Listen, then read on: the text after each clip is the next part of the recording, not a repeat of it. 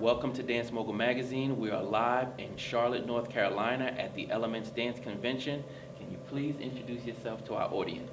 My name is Luam, and I'm a choreographer and creative director living in New York, but I'm worldwide, so. Wow, no, thank you for that. That's great. So, can you just give us some background information about your dance career? When did you get started, and just bring us up to speed?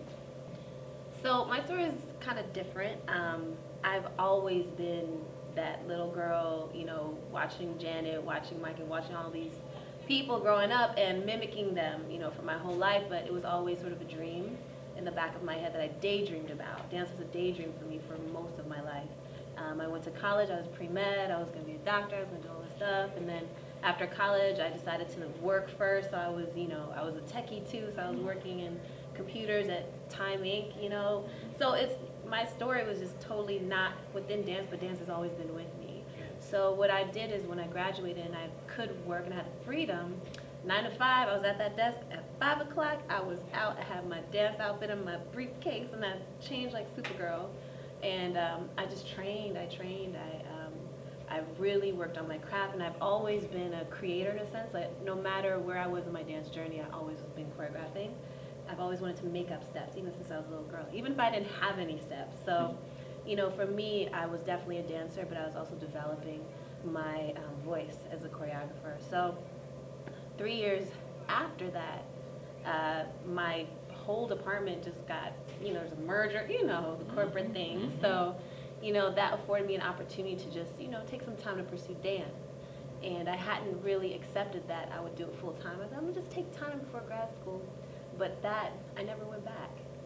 So for me, it was just a choice that was difficult for me to make, so it was made for me. And, I threw myself into it wholeheartedly, and since then, I definitely came up the ranks as a dancer first while I worked on my craft as a choreographer, but I've always been teaching, from day one. I haven't always been teaching professionals because I feel like, as I grew, as it was ready to be received by, more advanced students, that's when it was ready.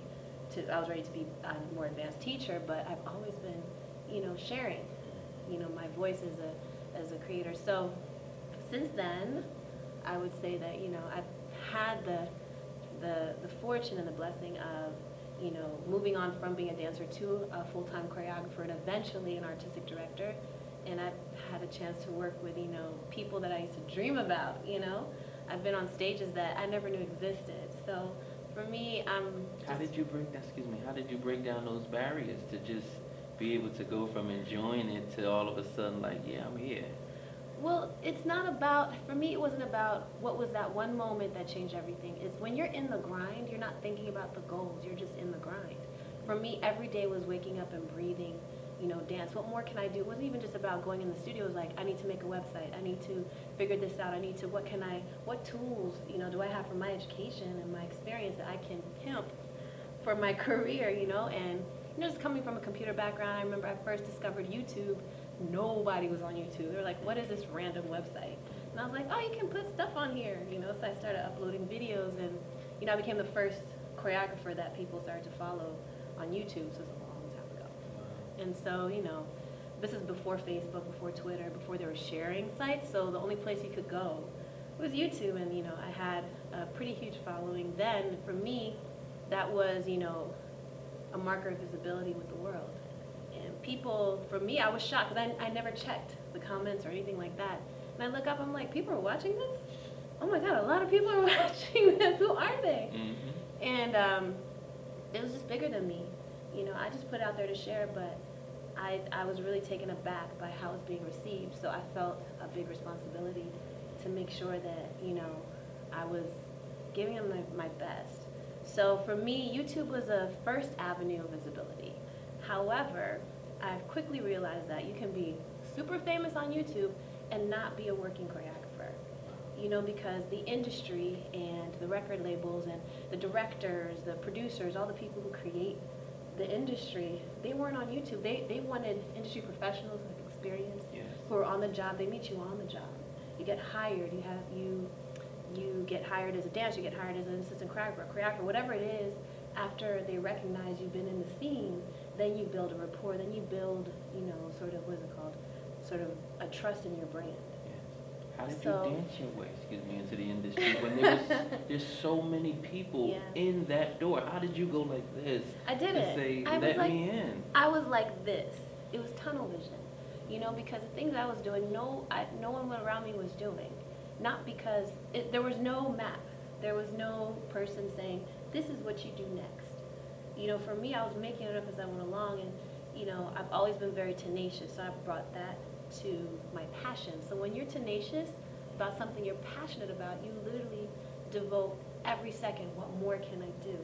So for me, it was about, as a dancer, getting as much experience as I could, watching how the choreographers work, watching what the director, I was looking at everybody. I was looking at the director, like, what are they looking at? What are they looking for? How are they doing that? What are they doing with the lights?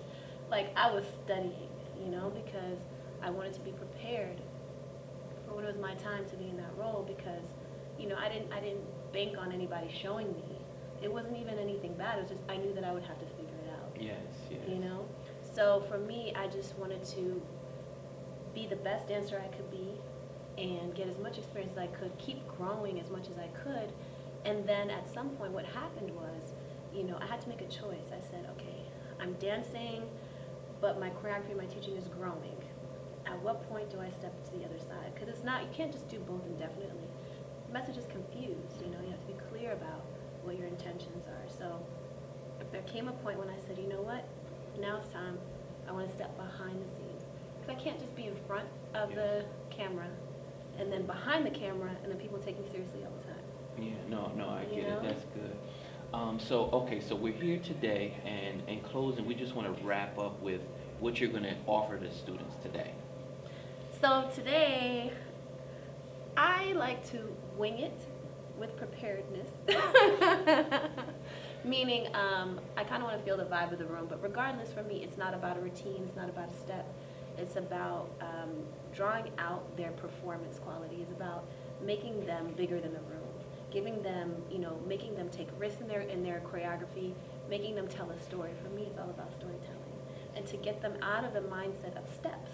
They're so concerned with steps and this and that. And, at the end of the day, if you want to be a dancer, people want you to tell a story. Yes. And that only happens when you connect. Yes. So when you're so concerned about steps, no one's going to really understand you.